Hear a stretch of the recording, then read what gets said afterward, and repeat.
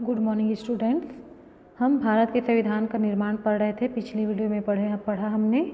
आज हम इसके अंतर्गत पढ़ेंगे संविधान की उद्देशिका। भारतीय संविधान की उद्देशिका में दिए गए मूल्य व आदर्श। तो सबसे पहले हम ये जानेंगे कि उद्देशिका का मतलब क्या होता है। उद्देशिका संविधान के उद्देश्यों को प्रकट करने हेतु प्रायः उनसे पहले एक उद्देशिका प्रस्तुत की जाती है। उद्देशिका संविधान का सार माना जाता है। संविधान का क्या माना जाता है? सार माना जाता है।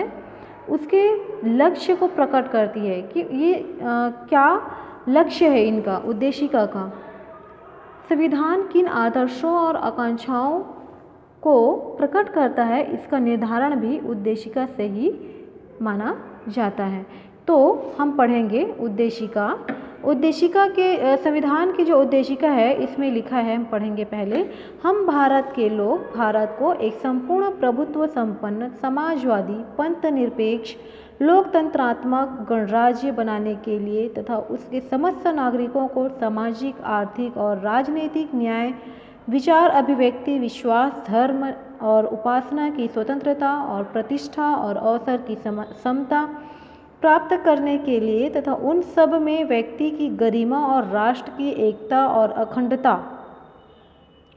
सुनिश्चित करने वाली बंधुता बढ़ाने के लिए दृढ़ संकल्प होकर अपनी इस संविधान सभा में आज तारीख 26 नवंबर 1949 ईस्वी मिति मार्गशीर्ष शुक्ल सप्तमी संवत 2006 विक्रमी को एतद द्वारा इस संविधान को अंगीकृत अधिनियमित और आत्मार्पित करते हैं। इसमें 3 शब्दों का प्रयोग किया गया है, अंगीकृत, अधिनियमित और आत्मार्पित। अंगीकृत का मतलब होता है मान्यता देना, उसको स्वीकार करना, उसे मान्यता देना। अधिनियमित का मतलब होता है विधि का रूप देना, विधि मतलब कानून, कानून का स्वरूप देना। और आत्मार्पित का मतलब होता है अपने आप को देना या अपने आप को सौंप देना। इस संविधान में अंगीकृत, अधिनियमित और आत्मार्पित शब्द आत्मार्पित करते हैं। यह वाक्यांश हम we the people of India समस्त भारत के स्वतंत्र नागरिकों का प्रतिनिधित्व करता है। हमें यह संविधान किसी राजा या सरकार या विदेशी शासकों ने नहीं दिया, बल्कि किसने दिया है? हमारे देश की जनता ने मिलकर इसे बनाया है, अर्थात जनता ही इस देश की सर्वोच्च शक्ति है। इसका 3 अर्थ प्रकट करता है, वो है पहला, संविधान के द्वारा हम भारत के लोगों के लोकतंत्र की स्थापना करते हैं। संविधान के द्वारा हम क्या करते हैं? लोकतंत्र की स्थापना करते हैं। लोकतंत्र मतलब जनता का, जनता के लिए, जनता द्वारा शासन। संविधान के रचनाकार जनता और जनता के प्रतिनिधि हैं और यह संविधान जनता की इच्छा का परिणाम है।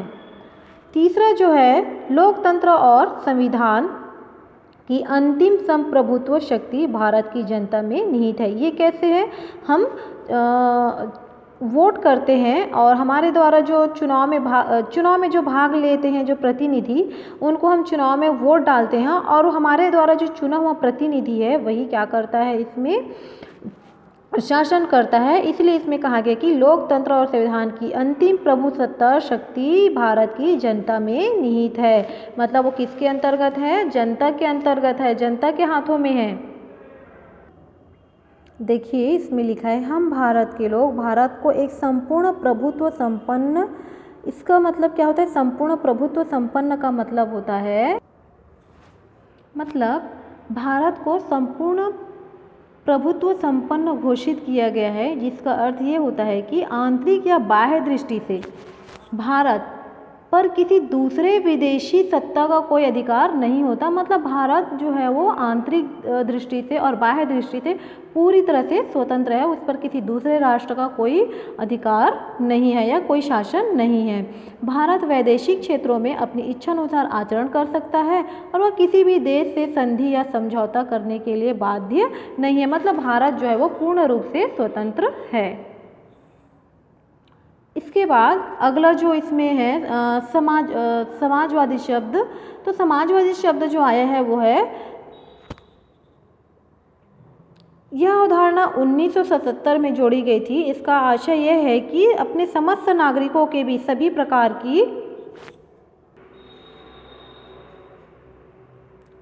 सामाजिक व आर्थिक असमानताओं को दूर करने का प्रयास करेगा और सभी संसाधनों का उपयोग सार्वजनिक हित में किया जाएगा, न कि किसी विशेष या निजी हित में। ठीक है, तो इस तरह से समाजवादी का मतलब कि समाजवादी मतलब समस्त समाज के लिए, समस्त जनता के लिए, सभी के लिए, किसी को कोई विशेष अवसर प्राप्त नहीं होगा, सबको समान अवसर प्राप्त होगा। अगला है पंथ निरपेक्ष। पंथ निरपेक्ष या धर्मनिरपेक्ष। प्रारंभ में इसे धर्मनिरपेक्ष नाम दिया गया था, लेकिन इसके बाद संशोधन हुआ, इसमें 42वें संविधान संशोधन हुआ 1976 में, और इसे धर्मनिरपेक्ष को परिवर्तित करके इसे पंथ निरपेक्ष नाम दिया गया, जिसका अर्थ होता है कि भारत का राज्य किसी विशेष धर्म या पंथ के अनुसार नहीं चलेगा, क्योंकि यहाँ पे विविध धर्म को मानने वाले और विविध जाति और लोग धर्म के मानने वाले लोग रहते हैं, तो सबको अपने धर्म को मानने का, सबको समान अवसर जो है या स्वतंत्रता जो है वो प्राप्त होगा, किसी को कोई विशेष अवसर नहीं दिया जाएगा, और राज्य का कोई विशेष धर्म नहीं होगा। राज्य जो है वो सभी धर्मों के प्रति आस्था रखेगा। पर कई लोग ऐसे भी होते हैं जो कि किसी धर्म को नहीं मानते हैं या नास्तिक होते हैं, तो राज्य इन सभी के साथ एक सा व्यवहार करेगा और सभी को अपना धर्म मानने या मानने की स्वतंत्रता होगी। राज्य सामान्यतः किसी धर्म की आंतरिक मामलों में दखल नहीं करेगा, मगर जहाँ सार्वजनिक शांति व्यवस्था या नैतिक या स्वास्थ्य प्रभावित होता है, वहाँ राज्य हस्तक्षेप भी कर सकता है। मतलब अगर किसी को किसी की वजह से नुकसान होता है ना, किसी को कोई क्षति पहुंचाया जाता है, तो उसमें जो राज्य है वो उसमें हस्तक्षेप कर सकती है। उदाहरण के लिए जैसे सती प्रथा है ना, नर बलि है। नर बलि मतलब मनुष्यों का बलि चढ़ाना। सती प्रथा मतलब जब पति का देहांत हो जाता है तो उसके साथ साथ पत्नी का भी सती हो जाना या बलिदान दे देना, या विवाह की उम्र आदि में सरकार कानून बना सकती है। विवाह की उम्र में जैसे 18 वर्ष की बालिका का, 18 वर्ष से पूर्व किसी बालिका का या 21 वर्ष से पूर्व किसी बालक का विवाह नहीं हो सकता। इस तरह से भारतीय समाज के संदर्भ में पंथ निरपेक्ष का यह भी अर्थ निकाला जाता है कि एक बहुधर्मी व बहुपंथी देश के नागरिक होने के नाते वे सभी धर्मों व आस्थाओं के प्रति सम्मान और सहिष्णुता का व्यवहार करेंगे।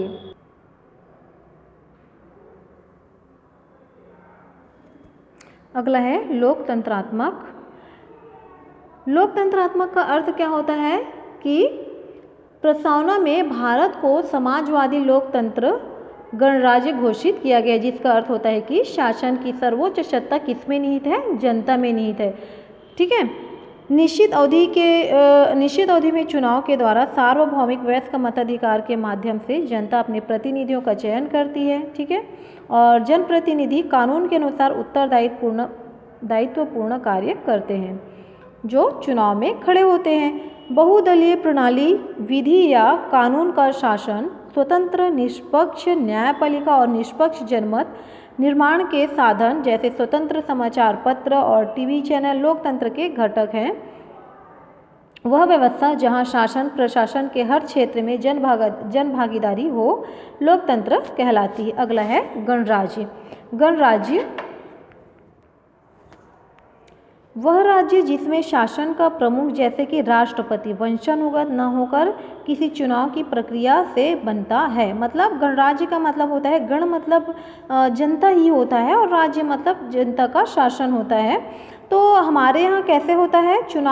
चुनाव होता है पहले, उसके बाद वहाँ पे किसी राष्ट्रपति, प्रधानमंत्री या किसी भी व्यक्ति का जो चुनाव है होता है, तभी वो अपने पद पर बैठ सकते हैं। लेकिन जैसे कुछ राज्य हैं, जैसे ब्रिटेन है, जापान है और ऐसे अनेक देश हैं जिनमें शासन प्रमुख कौन होता है? वंशानुगत होता है, राजा होता है। राजा या राजा का वंशज होता है या उसका पुत्र होता है।